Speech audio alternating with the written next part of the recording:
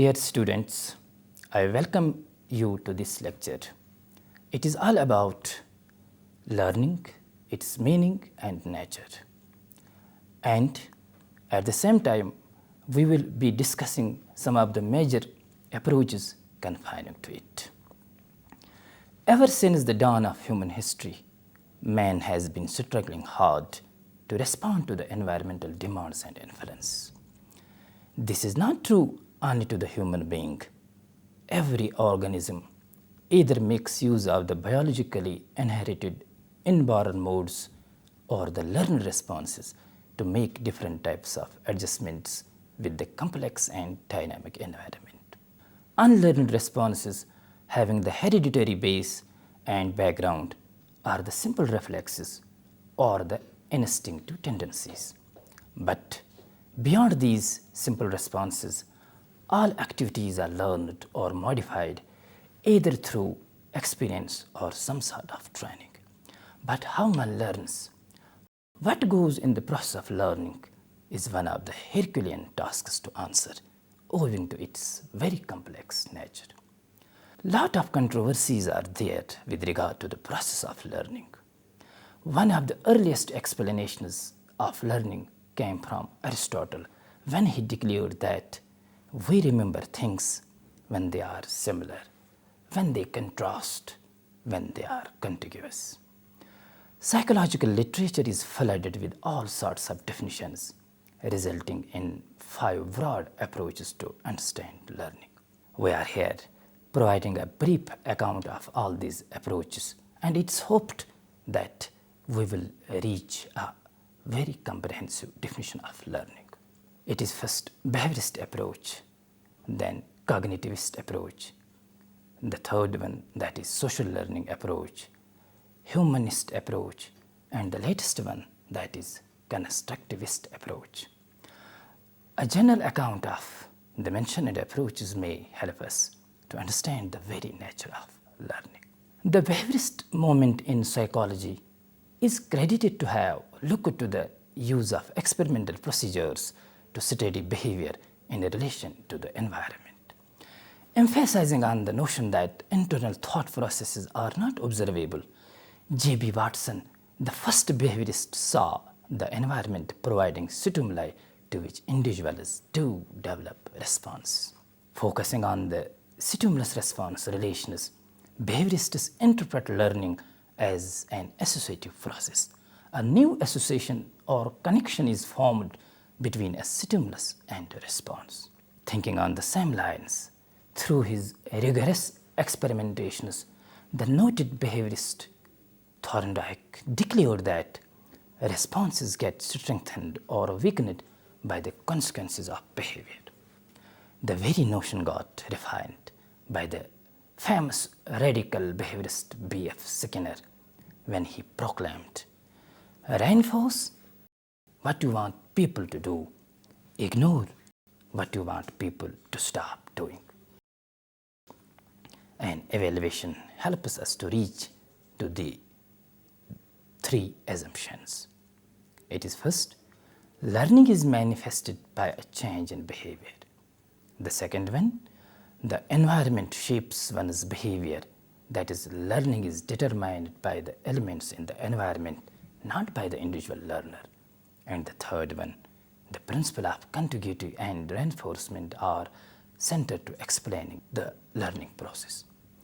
Supporting the viewpoints of behaviorism that learning is change in behavior and emphasizing the effects of external events on the individual, Hildgaard, who wrote a famous book, namely Theories of Learning, he mentions that, quote, "Learning is the process by which an activity originates or is changed through reacting to an encountered situation, provided that the characteristics of change in activity cannot be explained on the basis of native responses, tendencies, maturation, or temporary states of the organism, for example, fatigue or drugs, etc."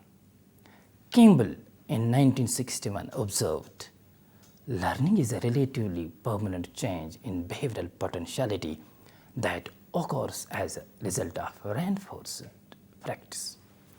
And it was the year when Gardner Murphy declared, quote, "The term learning occurs every modification in behavior to meet environmental conditions." Summarizing the viewpoints, it becomes clear that to behaviorists, strengthening of the stimulus response bound through reinforcement becomes the only predominant factor for learning. But the drawback is clear. Learning becomes mechanical, leaving no room for the higher cognitive processes like thinking and reasoning. A simple response connection seems not sufficient to understand the learning processes like creativity and problem solving. Now, we are going to discuss the next approach, that is the cognitive approach. Cognitive approach that emerged in the late 1950s emphasizes that learning is an internal process in which information is integrated or internalized into one's cognitive or intellectual structure. Learning occurs through internal processing of information, that is, how information is being processed by the learner. Internal processes include inputting, organizing, storing, retrieving, and finding a relationship between information. New information is linked to old knowledge, schema, and scripts. Here, individual is seen as a perceptual organism who organizes, interprets, and gives meaning to the events that impinge upon his consciousness. Here, the driving concept is to make sense of events and phenomena. The individuality of the learner and his internal mental processes find a paramount and significant place in this approach. Robert Gagne, who looked at the events of learning and instruction as a series of phases using the cognitive steps of coding, storing, retrieving, and transforming information, emphatically remarks that learning is something that takes place inside a person's head, in the brain. Here we are having another statement by Atmer and Newby. It is, learning is a change in the state of knowledge and is a mental activity when an active learner internally codes and structures knowledge. In the similar way, Marine and Kafila interpret learning as learning involves the reorganization of experiences in order to make sense of stimuli from the environment. Limiting the behaviorist explanations in terms of SR associations only to the simple forms of learning, cognitivists do emphasize the role that perception and understanding play in more complex forms of learning. Hence, complex tasks involving memorization, problem solving, and thinking can be most easily understood within the framework of cognitive psychology. A cognitive explanation of behavior postulates the existence of mental processes that operate on the stimulus in different ways depending upon the context in which the stimulus occurs and the individual's post-learning experience to arrive at a response. Humanistic approach, which emerged in 1960s, focuses on the human freedom, dignity, and potential. Rejecting the notions of behaviorism that environment determines learning, humanists favor the notion that human beings can control their own destiny and their behavior becomes a matter of their choice. Human beings are the active agents in their own learning and not the helpless respondents to forces that act upon them. Motivation, choice, and responsibility, these are the things that are the influences of learning. Hence, learning is viewed as a personal act to fulfill one's potential. The key authors that need to be mentioned here are Abraham Maslow and Carl Rogers.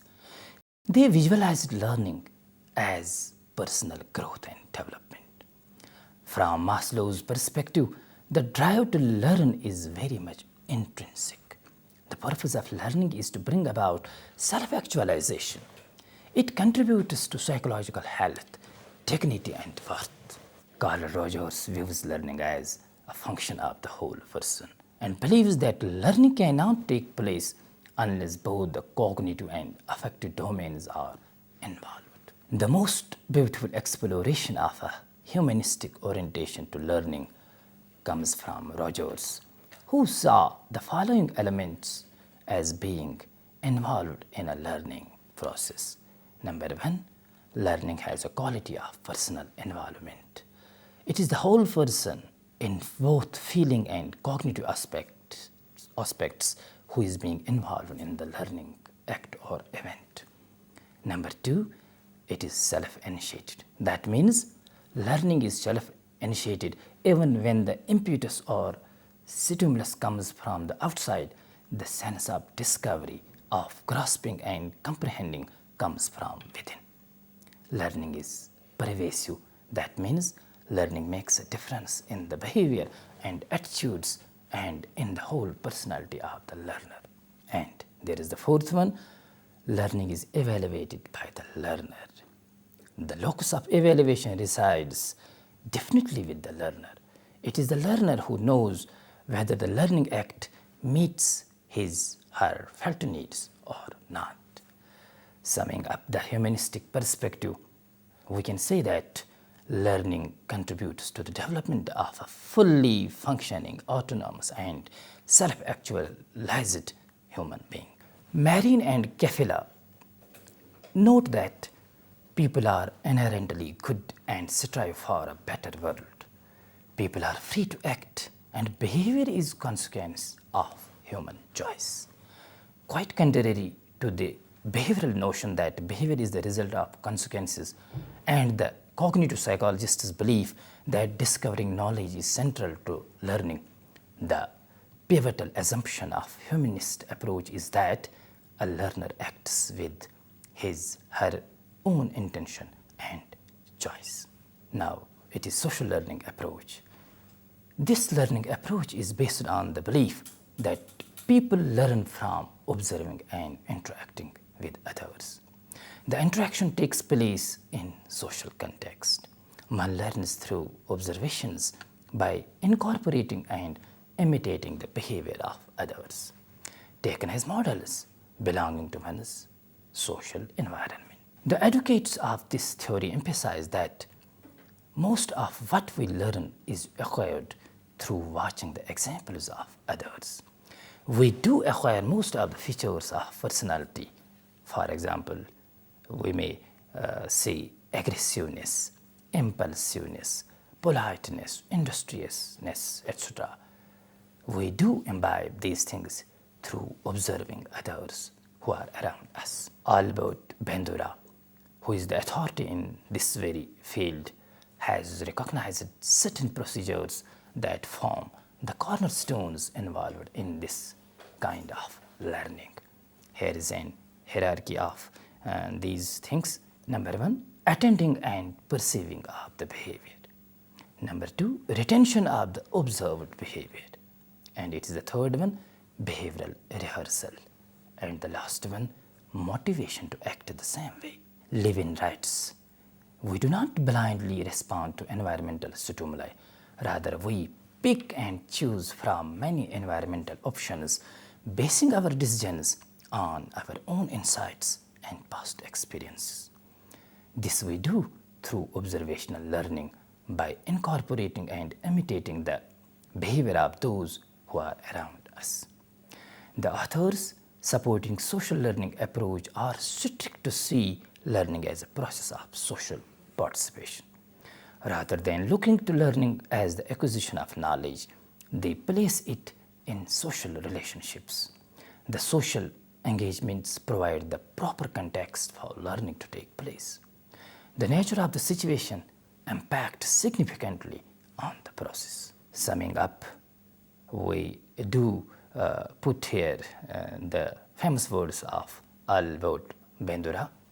learning would be exceedingly laborious, not to mention hazardous, if people had to rely solely on the effects of one's own actions to inform them what to do.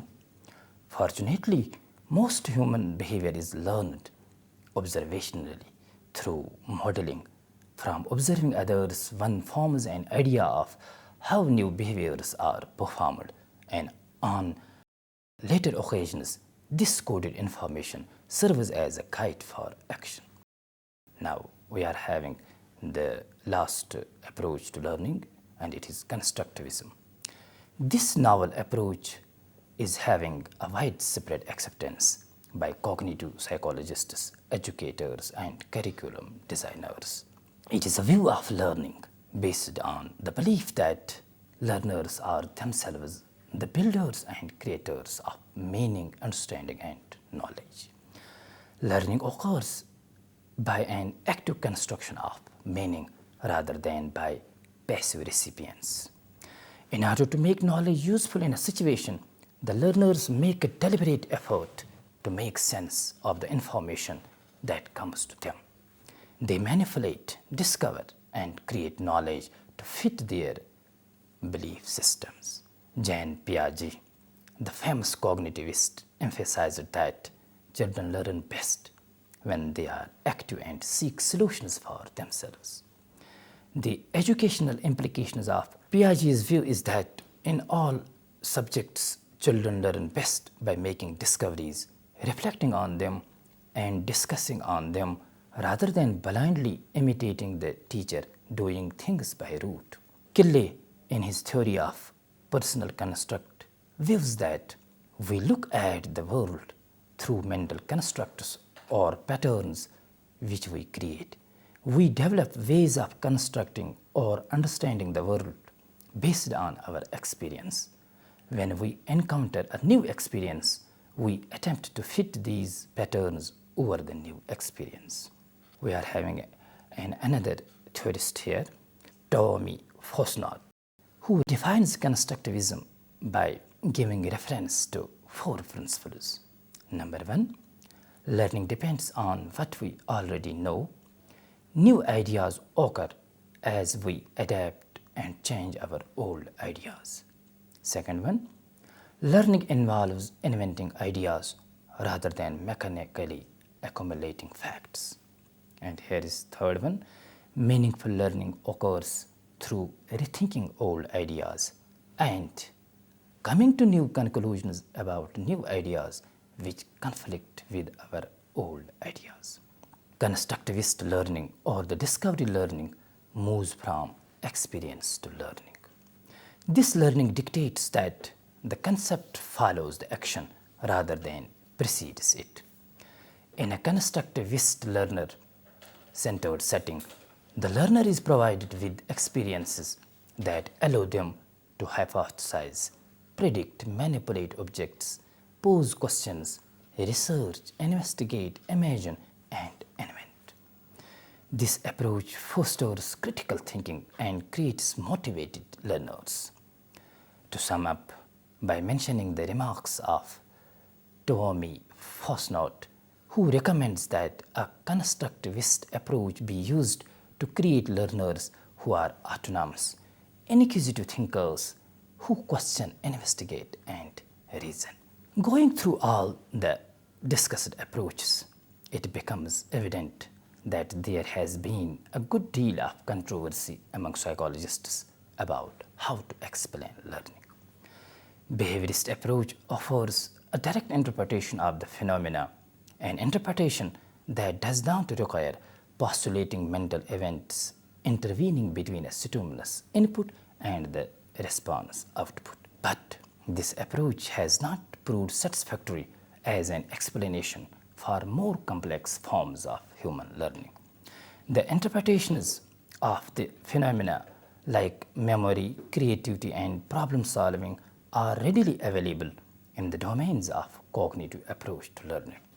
The social learning approach seems somehow simpler when viewing learning in terms of observing to and imitation of others' behaviors. Humanistic orientation gave learning a broader meaning by viewing it from the perspective of the unlimited human potential for human growth, and constructivism looks at learning from the learner's own discovery of knowledge and understanding. Dear students, let us conclude here by saying that psychologists have thought in terms of different perspectives and approaches in order to understanding the real nature of learning. Thanks.